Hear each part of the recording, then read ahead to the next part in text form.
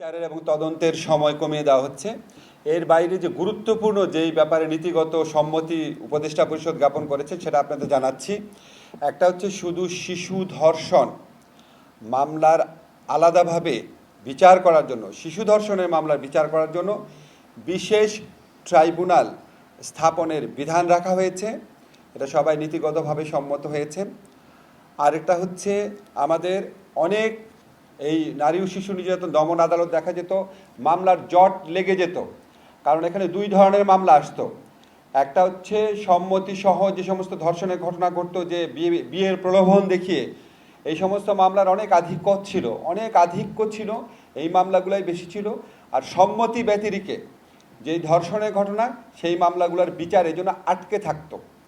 সেই জন্য আমরা এই আইনের মধ্যে বিধান করেছি, বিয়ের প্রলোভন দেখিয়ে সম্মতি নিয়ে, প্রতারণামূলকভাবে হোক বা বিয়ের প্রলোভন নিয়ে হোক, সম্মতিক্রমে যেই ধর্ষণের ঘটনাগুলোর বিচার, সেটা একটা আলাদা অপরাধ।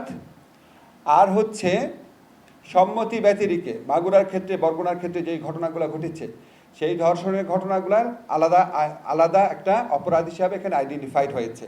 এবং দ্বিতীয় শ্রেণীর যে অপরাধ বললাম, সম্মতি ব্যতিরেকে যে ধর্ষণ, সেটার ক্ষেত্রে বিচার এবং তদন্তের সময় কমানো হয়েছে। আমরা এটার উপর সর্বোচ্চ গুরুত্ব দিচ্ছি। এছাড়া আমরা ধর্ষণের মামলার ক্ষেত্রে কিছু ডেফিনেশন এনেছি। ধর্ষণের মামলার ডেফিনেশন পরিবর্তন করে কোনো ব্যক্তি কর্তৃক ধর্ষণকে শাস্তিযোগ্য করা হচ্ছে। এছাড়া ধর্ষণের সংজ্ঞাটাকে ওয়াইড করা হয়েছে, বলাৎকারকে এর মধ্যে ইনক্লুড করা হয়েছে। যে কোনো, আমি খুব বিশদ বর্ণনা যাচ্ছি না আপনাদেরকে, শুধু বলতে চাচ্ছি বিএনডব্লিউএল এর মামলাতে যে ডেফিনেশনটা ছিল সেটার অনেকাংশ এখানে আনা হয়েছে। শুধুমাত্র প্রকৃত মানে পেনিট্রেশন না, যদি অন্য কোনো বস্তু ব্যবহার করা হয় বা আপনার বায়ুপথে বা যে কোনোভাবে যদি ধর্ষণ করা হয়, সেটাও আমরা ধর্ষণের শাস্তির আওতায় আনছি। এটা আপনারা মানে যদি ধর্ষণ হয়, এটা আমরা ওয়াইড করে দিচ্ছি। আর থার্ড যে অত্যন্ত গুরুত্বপূর্ণ পরিবর্তন আনা হচ্ছে, সেটা হচ্ছে ডিএনএ রিপোর্ট পাওয়ার অপেক্ষায় অনেক মামলা বছরের পর বছর ঝুলে থাকতো। তো আমরা এই আইনে বিধান করেছি, ডিএনএর রিপোর্ট ছাড়াই আদালত যদি মনে করে মেডিকেল সার্টিফিকেট এবং পারিপার্শ্বিক সাক্ষ্যের ভিত্তিতে বিচার সম্ভব, তাহলে আদালত ডিএনএ সার্টিফিকেট ছাড়াই মামলা দ্রুত বিচার করার জন্য মেডিকেল সার্টিফিকেট এবং পারিপার্শ্বিক সাক্ষ্যের ভিত্তিতে বিচার করবে। এছাড়া আমরা ভিকটিমদের প্রোটেকশনের জন্য বিভিন্ন ধরনের ব্যবস্থা করেছি। ওনাদেরকে ক্ষতিপূরণ দান করার ব্যবস্থা করেছি। এবং ধর্ষণকালে বা ধর্ষণের উদ্দেশ্যে, ধর্ষণ করতে যদি ব্যর্থ হয়, ধর্ষণকালে বা ধর্ষণ করার উদ্দেশ্যে যদি কোনো রকম জখম করা হয়, গুরুতর জখম বা সাধারণ জখম, সেটাকেও আমরা কঠোর শাস্তির ব্যবস্থা করেছি।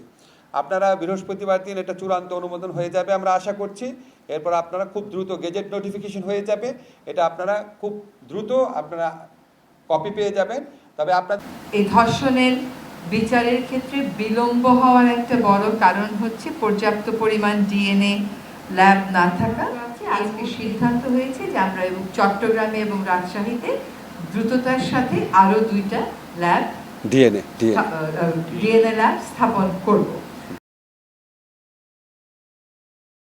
আরেকটা সিদ্ধান্ত হয়েছে যে বিশেষ জুডিশিয়াল সার্ভিস কমিশনের মাধ্যমে দ্রুত কিছু সংখ্যক বিচারক নিয়োগ দেওয়ার প্রক্রিয়া শুরু করা হবে, যাতে করে ধর্ষণ সহ অন্যান্য মামলার বিচার প্রক্রিয়া ত্বরান্বিত করা যায়।